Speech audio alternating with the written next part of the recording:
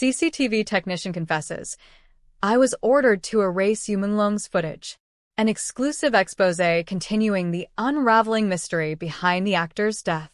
When Yumlong's death shocked China, the nation grieved, but questions lingered. Official reports called it an accident, a fall from the 19th floor. Yet, among the millions who watched his final press appearance, something never felt right. His eyes carried an exhaustion words couldn't describe, his smile thin, his tone distant.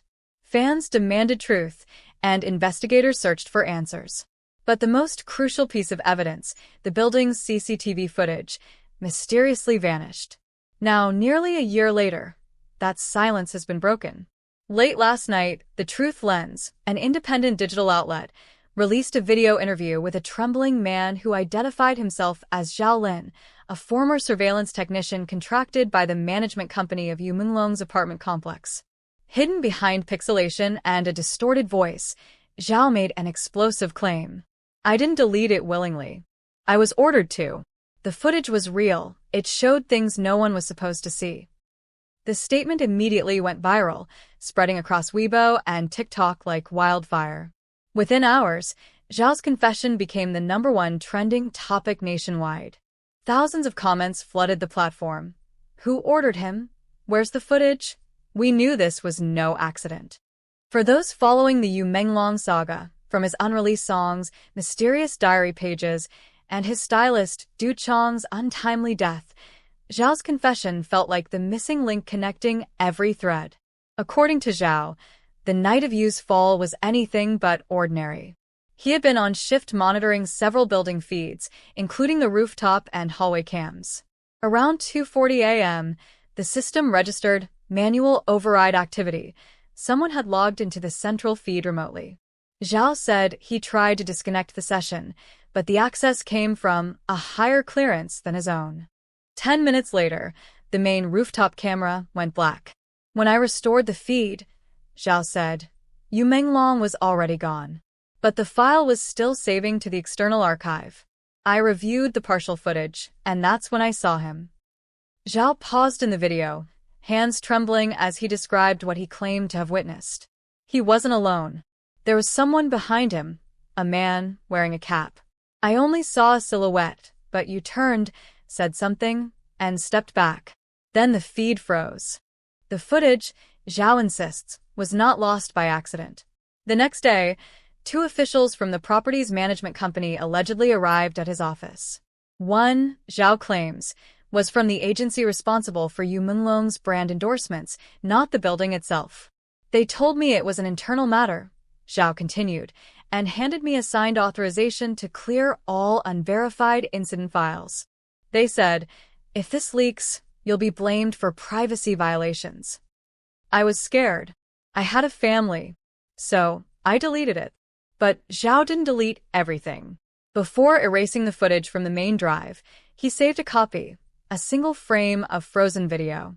A frame that showed Menglong on the rooftop, looking over his shoulder as another figure's shadow approached from behind. He kept that frame on a private USB drive, hidden in a metal casing under his bed. Last week, that USB was stolen.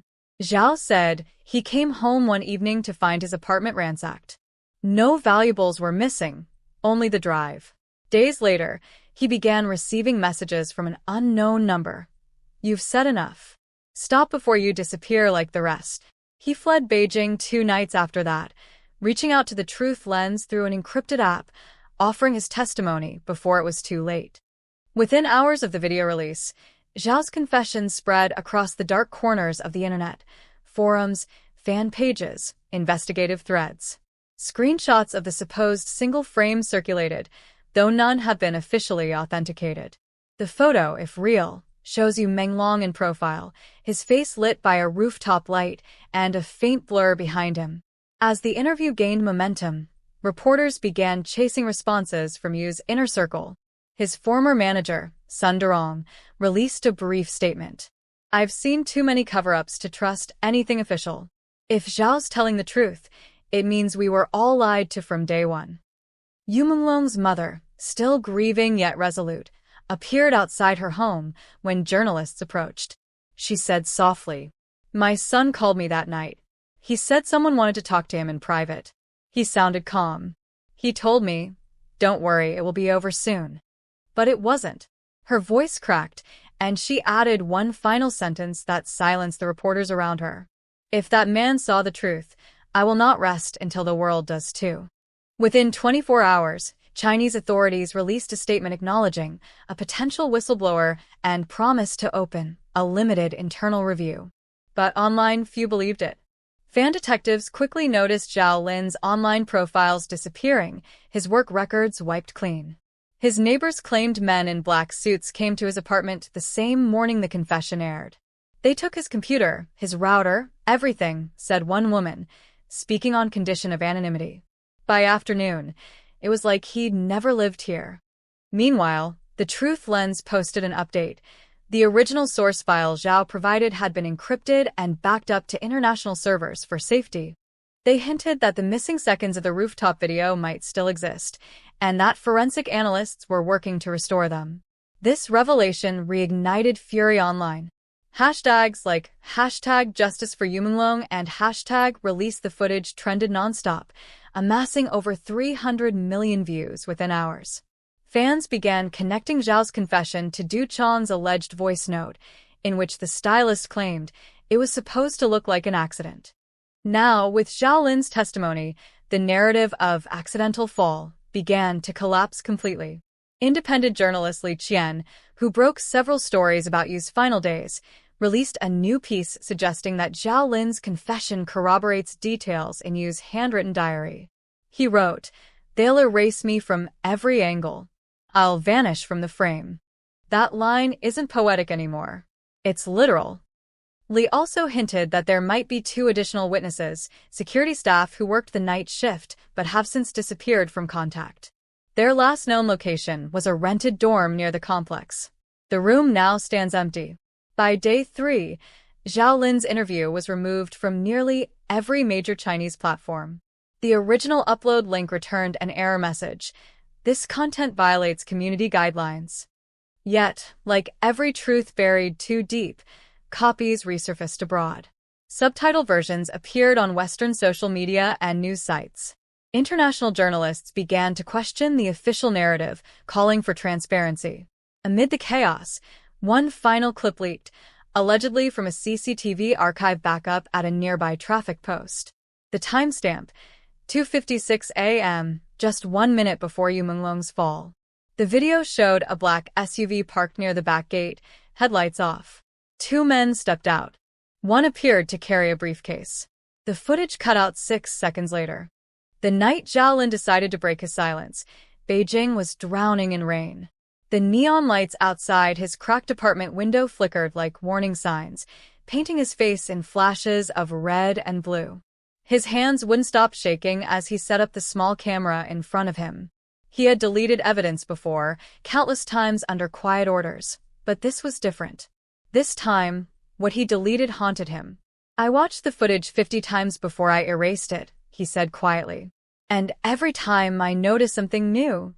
That single line, broadcast in the Truth Lens interview, made everyone lean closer to their screens. What did he mean?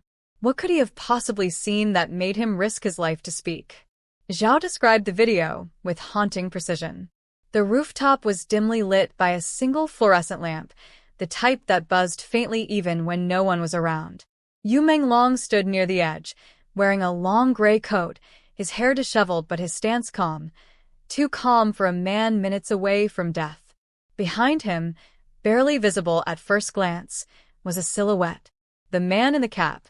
Zhao remembered zooming in on the figure, frame by frame. The silhouette's shoulders were broad, the gait deliberate. The person wasn't approaching, he was waiting. "You seem to be speaking to him," gesturing with his right hand, as though negotiating. The wind pushed his coat behind him, revealing a faint outline of something metallic tucked in his pocket. A recording device, perhaps, or a phone. "It looked like he was trying to prove something," Zhao said. Like he had evidence, and was about to use it. But the conversation turned tense.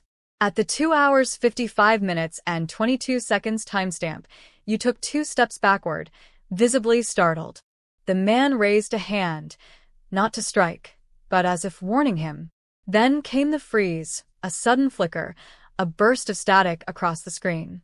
Zhao froze the frame at 2 hours 55 minutes and 24 seconds. In that half-second, Menglong's expression had changed completely. His eyes widened, his lips parted as if he'd just realized something. A shadow crossed his face, the shadow of the man's outstretched arm. Then the screen went black. Zhao said he tried to restore the feed immediately, his fingers moving over the control board faster than thought. But the override command came through again, remote access granted, and the recording was locked. Within seconds, a line of red text appeared. Security Clearance 7. File transfer in progress. He'd never seen a Level 7 access before. Not even the property director had that clearance.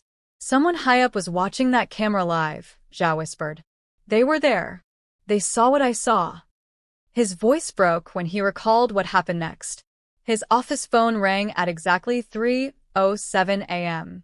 No greeting, no name. Just a male voice saying, "Do not archive tonight's footage. You understand." When Zhao hesitated, the voice added, "We'll send people over to collect it. Don't make copies." He hung up, but his fear had already set in. Still, instinct or conscience made him do the unthinkable.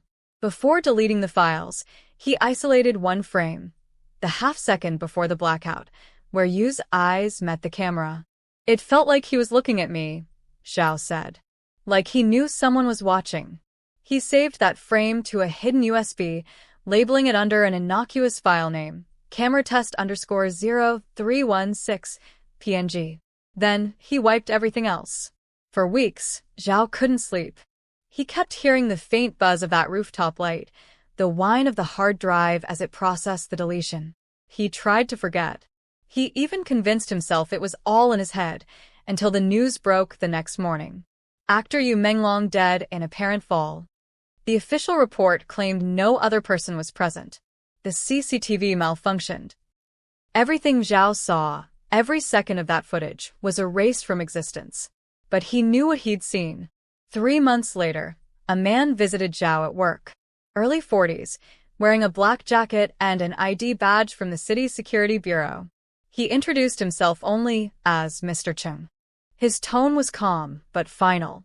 "You handled the Menglong footage, correct?" Zhao hesitated. Cheng slid a document across the table, an official clearance report already stamped and signed. It authorized the permanent deletion of all residual video fragments related to incident number 0320. "You've done good work," Cheng said softly. "But we need to make sure this doesn't resurface. Not for his sake, for yours." When Zhao asked what he meant, Cheng smiled faintly. "You think you're the only one who saw it?" That night, Zhao began receiving anonymous texts. "Stop asking questions." Then, "You don't want to end up like Du Chong." That was the first time Zhao heard the stylist's name. When Du Chong was found dead 2 weeks later, Zhao realized whoever was behind this had eyes everywhere. As Zhao told his story to the Truth Lens, every pause, every glance over his shoulder made it clear he was running on borrowed time. His face, though blurred, showed exhaustion beyond fear, a man already half erased. "You think deleting a video makes it vanish," he said, voice trembling. "But the image stays burned behind your eyelids. I still see that frame every night." His eyes. That look. The journalist interviewing him asked, "What do you think happened next, after the screen went black?" Zhao's hands tightened. He exhaled slowly. "I think he was pushed. But not by force. By something worse, by betrayal." He explained that the man on the rooftop had been there before. Menglong had met him twice in the days leading up to his death, at odd hours, always in parking garages or near service elevators. Building logs showed entries that didn't match any resident IDs. Someone had been entering the complex using temporary codes, always between 2 and 3 a.m. And each time, the system logs were wiped an hour later. The Truth Lens team verified that Zhao's old workstation records did show multiple remote overrides during that week. Though authorities denied access, fragments from backup servers confirmed data anomalies that coincided exactly with the time of Yu's death. When shown the partial report, Zhao wept. They called it a malfunction. But the system didn't fail, it obeyed. He said he believed the override was triggered by someone from Yu's agency. Someone who wanted the incident controlled, the narrative polished before morning. They didn't just delete the video, Zhao said, his voice low. They deleted the truth. By the time the confession aired, Zhao had already disappeared. The last footage of him, ironically from another CCTV feed, showed him entering a small convenience store near a train station. He bought a bottle of water, looked over his shoulder twice, and walked out into the night. He was never seen again. But that frame he saved, the one where Menglong turned to face the camera, still circulates online, though pixelated, though blurred. Every time it resurfaces, it gets taken down within hours. Yet people keep reposting it, claiming they can see more each time. A faint reflection in Yu's eyes, a silhouette in the distance, maybe even a gloved hand. It said Zhao's laptop, recovered by a neighbor weeks later, contained one last encrypted message in a notepad file. If truth dies in silence, then I'll haunt the noise. No one knows what it means. But those who've watched the video believe that somewhere, buried deep in digital memory, that missing second still exists, waiting to be restored. And maybe that's why Menglong's story refuses to fade.